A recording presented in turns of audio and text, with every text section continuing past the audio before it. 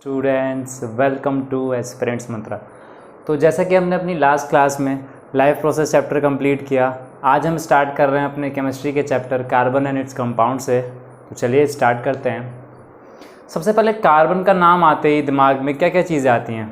हमारी body carbon की बनी हुई है, बिल्कुल सही। नेचर में बहुत सारे कंपोनेंट्स ऐसे प्रेजेंट हैं जो कि कार्बन जिनमें प्रेजेंट होता है। लाइक हमारे एटमॉस्फेयर में कार्बन डाइऑक्साइड गैस प्रेजेंट है, बिल्कुल सही। हमारे अर्थ क्रस्ट में कार्बन आइटम्स प्रेजेंट हैं in the form of minerals, right. Minerals के फॉर्म में प्रेजेंट होते हैं लाइक कोल, पेट्रोलियम, है ना। तो कार्बन बेसिकली हमारे डे टू डे लाइफ में इन्वॉल्व है और कुछ इस कदर इन्वॉल्व है कि ये चैप्टर इंपॉर्टेंट भी हो जाता है पढ़ना, ठीक है ना। Carbon and its compound chapter से बहुत लोगों को डर भी लगता है, लेकिन बिल्कुल भी डरने की ज़रूरत नहीं है। ये चैप्टर सबसे इजी चैप्टर है पूरे 10th क्लास का और केमिस्ट्री का सबसे इजी चैप्टर है। चलिए स्टार्ट करते हैं। सबसे पहले कुछ प्रॉपर्टीज़ देखते हैं कार्बन की।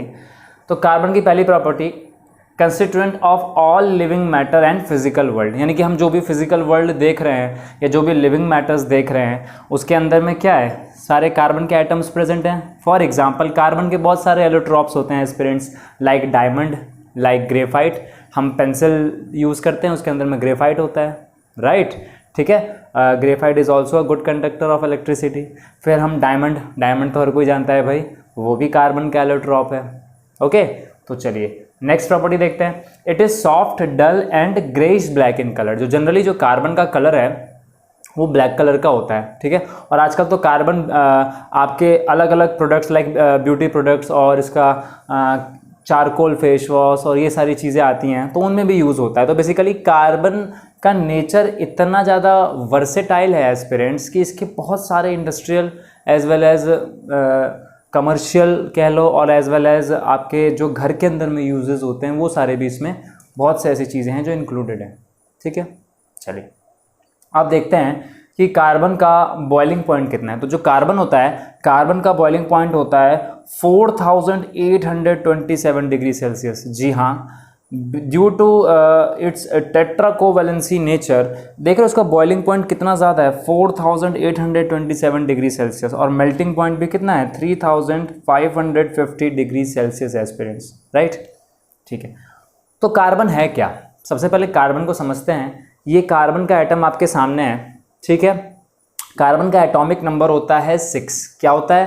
कार्बन का एटॉमिक नंबर होता है एस्पिरेंट्स 6, ठीक है।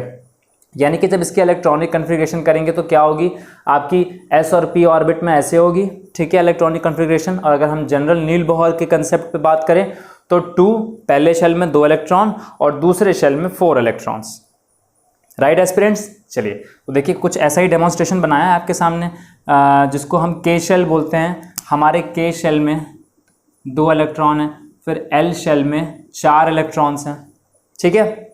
चलिए तो कार्बन दुनिया का अनोखा एटम इसलिए भी है क्योंकि कार्बन की वैलेंसी 4 होती है। देख रहे हो ना आप, इसके आउटर मोस्ट शेल में वैलेंसी क्या होती है, the number of electrons present in the outermost shell. तो कहीं ना कहीं जो इसके आउटर मोस्ट शेल में 4 इलेक्ट्रॉन्स प्रेजेंट है, देख रहे हो आप। तो ये बड़ा अनोखे किस्म का एटम है जिसकी वैलेंसी 4 है, ठीक है। चलिए देखते हैं आगे। कार्बन के कुछ आइसोटोप्स भी होते हैं, ठीक है। कार्बन के आइसोटोप्स क्या क्या होते हैं? तो कार्बन के आइसोटोप्स होते हैं आपका 12C, 13C और 14C। जनरली 3 आइसोटोप्स होते हैं कार्बन के, जिसमें आपका 12C और 13C जो होता है वो हाईली स्टेबल फॉर्म में होता है, और आपका जो 14C है, यानी कि जो आपको लास्ट में दिख रहा है 14C जो है, ये आपका रेडियो एक्टिव कंपाउंड है कार्बन का, ठीक है। मतलब ये रेडियो एक्टिव चीज़ों में इस्तेमाल में लाया जाता है, ठीक है। तो ये है क्या एक्चुअल में, ये कैसे रिप्रेजेंट करते हैं, कैसे लिखते हैं, तो आइए देखते हैं।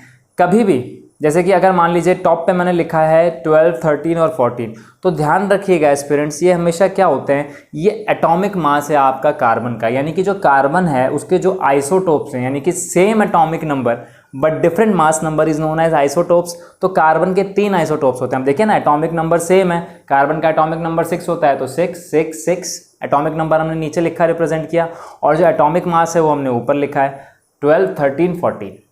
What is atomic mass? तो atomic mass is a sum of proton and neutron, ठीक है। यानी कि प्रोटॉन और न्यूट्रॉन का जो सम होता है उसी को एटॉमिक मास कहा जाता है एस्पिरेंट्स, राइट। चलिए तो अब कार्बन क्यों अनोखा एटम है और क्यों इसके बारे में एक अलग से चैप्टर बन के आया भाई 10th क्लास की आपकी एनसीईआरटी की बुक में साइंस की, क्यों carbon and its compound chapter का नाम पड़ा, क्यों इसको अलग से पढ़ना पड़ता है।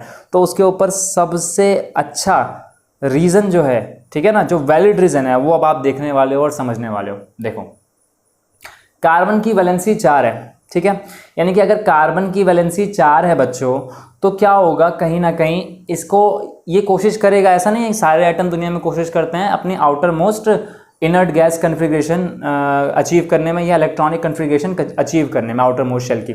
तो यानी कि के शेल में 2 इलेक्ट्रॉन है, ठीक है। अब एल शेल में क्या है, इसके 4 इलेक्ट्रॉन है बच्चों। तो अब ये कार्बन बड़ा बेकरार है, कार्बन बहुत बेकरार है। क्या करेगा, कार्बन कोशिश करेगा कि भाई मैं एक काम करता हूँ, 4 इलेक्ट्रॉन और कहीं से गेन कर लेता हूँ, और जैसे ही मैं दूसरे एटम से अगर 4 इलेक्ट्रॉन गेन करूंगा तो मेरे आउटर मोस्ट शेल में 8 इलेक्ट्रॉन हो जाएंगे, क्योंकि आउटर मोस्ट शेल में तो ऑलरेडी 4 प्रेजेंट है, तो 8 हो जाएंगे, 4 + 4 8।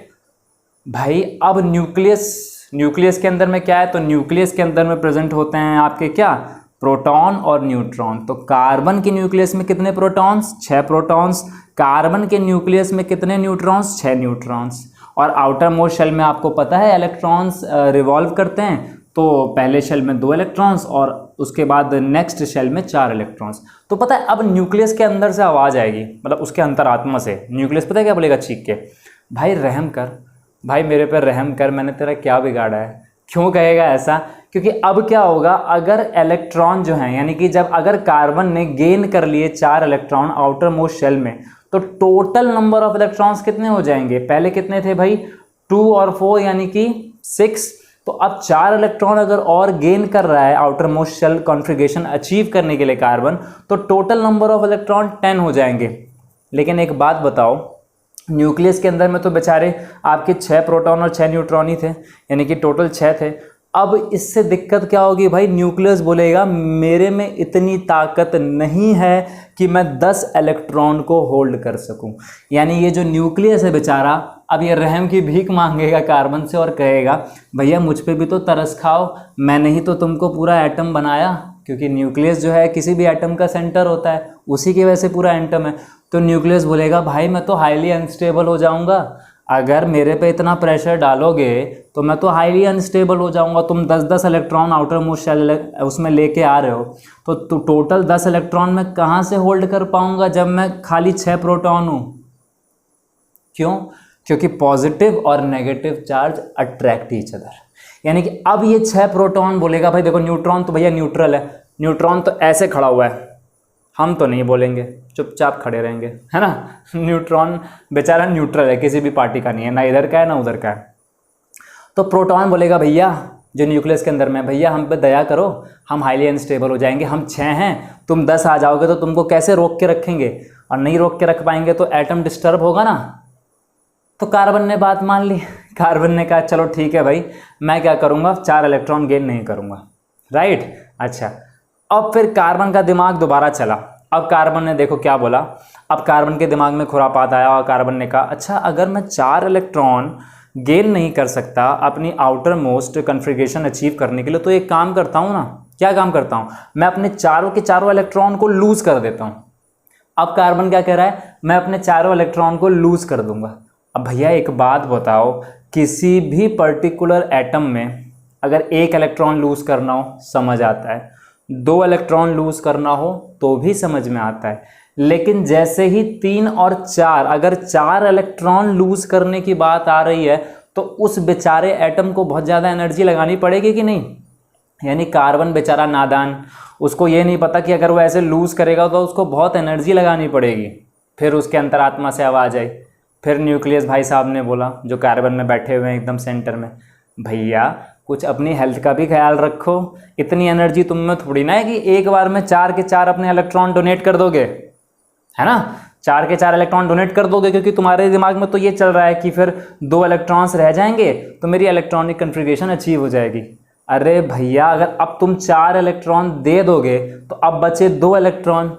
फिर अंतरात्मा से आवाज़ आई किसकी, प्रोटॉन की, भैया मैंने क्या बिगाड़ा है, फिर मेरे पीछे पड़ गए हाथ धो के, मैं तो 6 हूँ, तुम 4 क्यों जा रहे हो मेरे को छोड़ के। भाई 6 प्रोटॉन ने 6 इलेक्ट्रॉन को होल्ड करके रखा हुआ है, अगर ये भाग जाएंगे चारों इलेक्ट्रॉन फिर प्रोटॉन डिस्टर्ब होगा, नाराज हो जाएगा कि भैया कैसे छोड़ के जा रहे हो। इलेक्ट्रोस्टैटिक फोर्स ऑफ अट्रैक्शन जो है या न्यूक्लियर फोर्स ऑफ अट्रैक्शन है उसमें फिर डिस्टर्बेंस क्रिएट होगी। ये बात कार्बन को समझ में फाइनली आ गई, ठीक है एस्पिरेंट्स। तो जैसे ही कार्बन ने ये बात फाइनली समझी तो कार्बन ने अपनी इंपॉर्टेंस को जाना और एक और दिमाग लगाया। ये लास्ट ट्राई था, इस बार न्यूक्लियस और प्रोटॉन ने धमकी दे दी थी, भैया इस बार कुछ ऐसा सुझाव लेके आना, कुछ ऐसी स्कीम लेके आना कि जिसमें हमारा भी फायदा हो और तुमको भी नुकसान ना हो। ठीक है, कार्बन ने बोला ठीक है भाई। तो कार्बन एटम हमने क्या सीखा, ना ही ये इलेक्ट्रॉन डोनेट कर सकता है और ना ही ये इलेक्ट्रॉन गेन कर सकता है। Carbon can only share its electron, और कार्बन की यही प्रॉपर्टी, जिसके जो आउटर मोस्ट शेल में जो 4 इलेक्ट्रॉन्स हैं उनको शेयर करने की एबिलिटी दूसरे एटम के इलेक्ट्रॉन्स के साथ में टेट्रा कोवैलेंसी कहलाती है। यानी कि carbon has a valency 4 and it is a covalent compound, यानी कि टेट्रा कोवैलेंट कंपाउंड।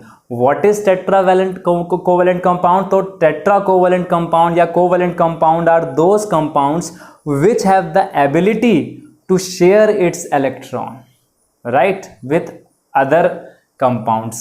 यानी कि अब कार्बन क्या करेगा, उसने बात समझ ली, अब वो अपने इलेक्ट्रॉन्स ना ही गेन करने की कोशिश करेगा आउटर मोस्ट शेल में और इन इलेक्ट्रॉन्स को ना ही लूज करने की कोशिश करेगा या कम करने की, वो सिंपली अपने इलेक्ट्रॉन्स को बांट लेगा, दूसरे एटम्स के साथ में शेयर कर लेगा। और इसी वजह से कार्बन एंड इट्स कंपाउंड ये चैप्टर हम पढ़ने जा रहे हैं। कार्बन का वर्सेटाइल नेचर देखेंगे इस प्रॉपर्टी की वजह से। तो आइए एक एक पॉइंट और डिस्कस कर लेते हैं जो हमारे रह गए थे, जो हमने भी डिटेल में पढ़ा स्टोरी के फॉर्म में, कार्बन की स्टोरी जानी। It could gain 4 electron forming C4-, correct, but it would be difficult for nucleus with 6 protons. देखा, it would be difficult for nucleus with 6 proton to hold the 10 electrons. भैया 10 electrons को तो hold ही नहीं कर पाएगा, highly unstable हो जाएगा। दूसरा पॉइंट फिर हमने क्या डिस्कस किया था कि लूज भी नहीं कर सकता। तो इट कुड लूज 4 इलेक्ट्रॉन्स, अगर ये लूज करता है 4 electrons forming C4+, but it requires large amount of energy to remove 4 electrons. भैया यहाँ 1 या 2 इलेक्ट्रॉन डोनेट करने की तो बात ही नहीं थी, इसके आउटर मोस्ट शेल में 4 इलेक्ट्रॉन हैं, उनको डोनेट करने की बात हो रही थी। तो बहुत ज़्यादा रिस्क है इसके ऊपर, है ना। न्यूक्लियस पे भी हाई रिस्क है, एटम अनस्टेबल होगा, एटम ख़त्म भी हो सकता है। तो ऐसा करेगा ही क्यों कार्बन कि अपने एटम को ख़त्म करे, है ना। चलिए, तो ये प्रॉपर्टी देखी। तो due to this nature compound has versatile nature, ठीक है। कार्बन कंपाउंड का वर्सेटाइल नेचर होता है। इसकी वैलेंसी हमने जानी कार्बन की कितनी होती है, 4 होती है। इसी वजह से इसको टेट्रा कोवैलेंट कंपाउंड कहा जाता है या टेट्रा वैलेंसी कंपाउंड कहा जाता है, क्योंकि इसकी वैलेंसी 4 है और ये शेयरिंग ऑफ इलेक्ट्रॉन करता है, राइट। और इसी शेयरिंग की वजह से बच्चों, इसी शेयरिंग की वजह से कार्बन जो है वो catenation, tetra valency and isomerism show करता है अलग अलग कंपाउंड्स के साथ। यानी कि ये बहुत सारे आपके ऑर्गेनिक कंपाउंड्स बनाता है, ठीक है, इनऑर्गेनिक कंपाउंड्स बनाता है, सैचुरेटेड अनसैचुरेटेड हाइड्रोकार्बन्स बनाएगा, भी आगे हम देखेंगे। तो ये पूरा चैप्टर कार्बन की स्पेशलिटी बताएगा। फिर हम देखेंगे कितने कार्बन के एलोट्रॉप्स हैं, क्या क्या एलोट्रॉप्स होते हैं कार्बन के, और कैसे कार्बन अलग अलग फॉर्म में एग्जिस्ट करता है, ठीक है। अब ये पूरा हमने समझ लिया, अब इसका एक एग्जाम्पल देखें। चलिए एक एग्जाम्पल देखते हैं।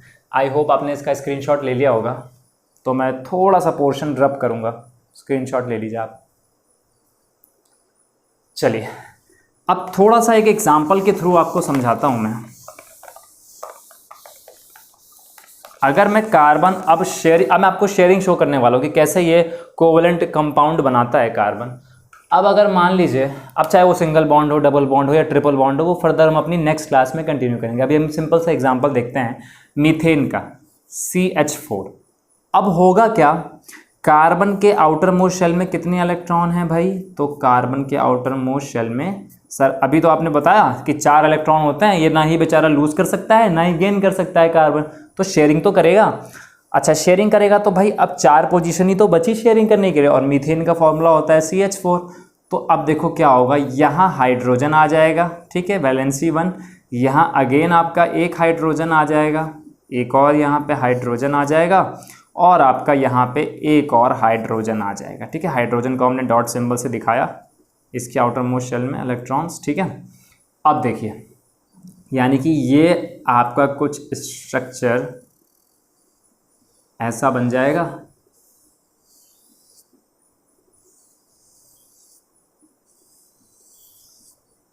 Electron dot structure. और अगर आप बॉन्ड के फॉर्मेशन में दिखाना चाहते हैं एस्पिरेंट्स तो बॉन्ड के फॉर्म में भी दिखा दीजिए भाई। बॉन्ड के फॉर्म में क्या बन जाएगा, सी एच एच एच और एच, यानी कि ये है मीथेन का इलेक्ट्रॉन डॉट स्ट्रक्चर।